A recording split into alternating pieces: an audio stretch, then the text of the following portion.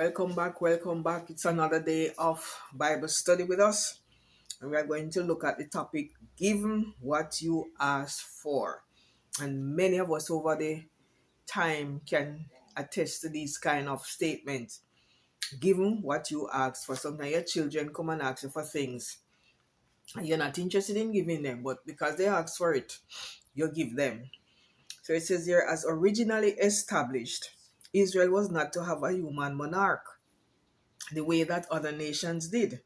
In time, however, the people's faith faltered and they found themselves pining for the things that the nations, the Gentiles, had. You see that? Out of greed, out of envy, because they see the other nations have something they wanted to. And that wasn't the plan. That wasn't the plan and the desire of the Lord. So let us look at 1 Samuel chapter 8, verses 4 to 18.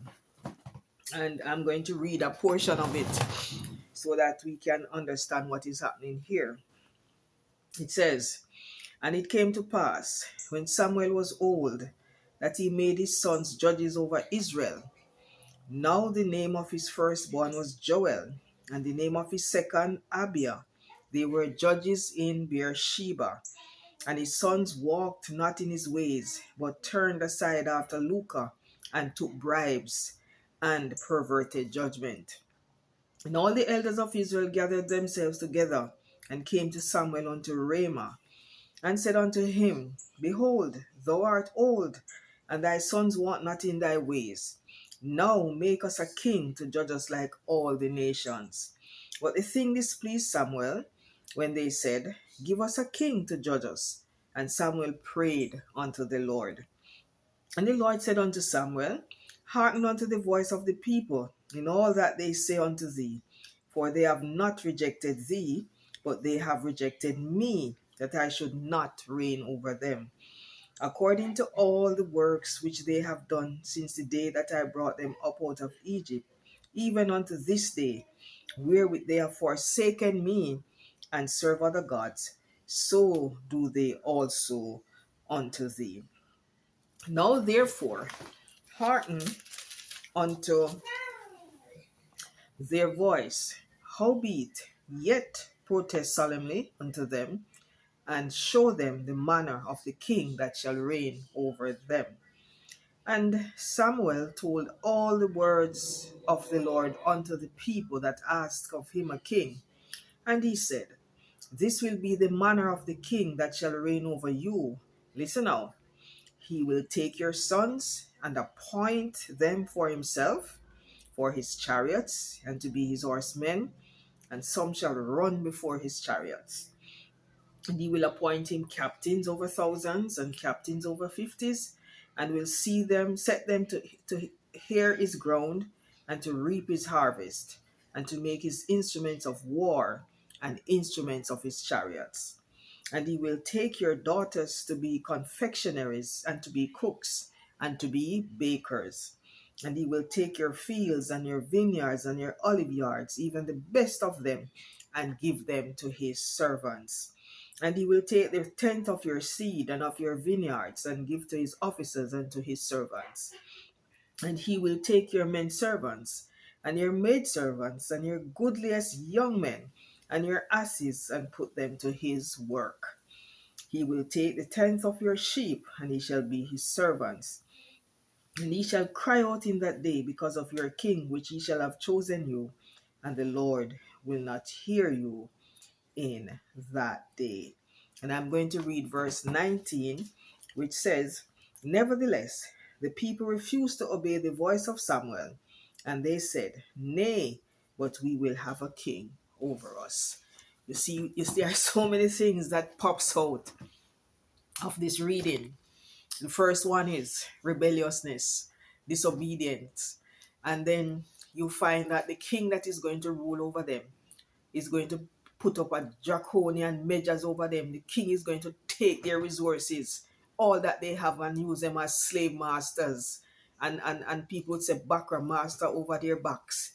And this is not what God desired for Israel. He did say to Israel that he will rule over them. They should not have a king. But because they desire a king, he grants them a king.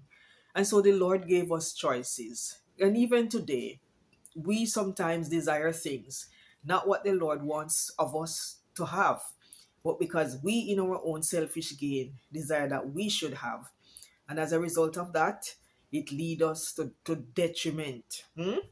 Sometimes we lose our houses, we lose our land, we lose our resources, we lose our job because the Lord didn't say to you, take that job, but yet we desire to go against His will. So the question is asked, why do you suppose the elders found the idea of a king appealing?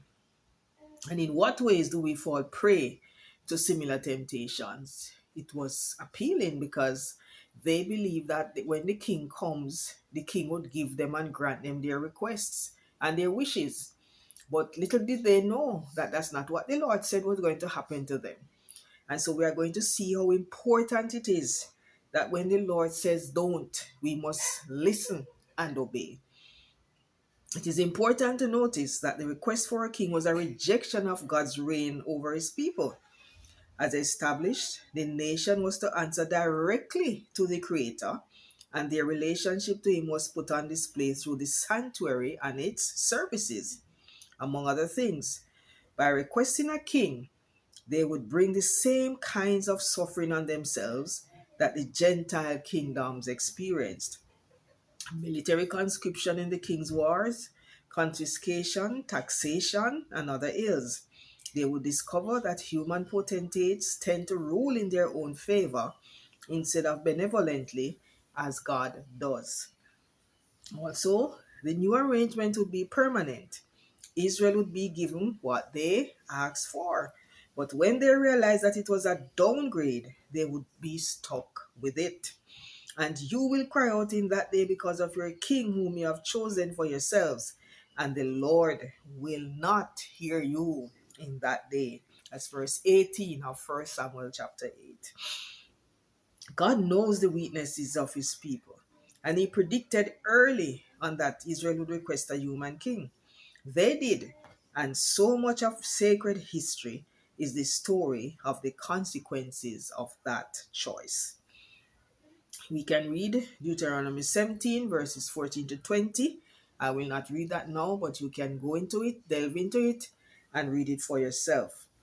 Notice that God does not say, I will give them a king, but rather his people decide that they want one, of course. God put safeguards in place to protect his people from some of the evils of human government. Though, as the history of the nation and its king showed, the safeguards often were ignored. One simply has to look at the history of Israel after they decided to have a king in order to see just how badly things went for them under these kings. Though some kings were better than others, even the good ones had done wrong. Think of David and Bathsheba. You remember that story? In many cases, the nation lived under the rule of one king after another who did what?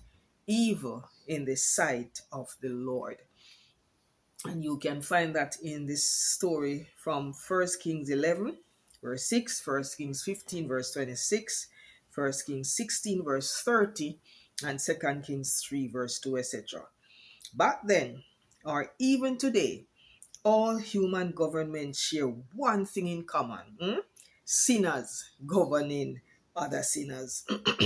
What possibly could go wrong?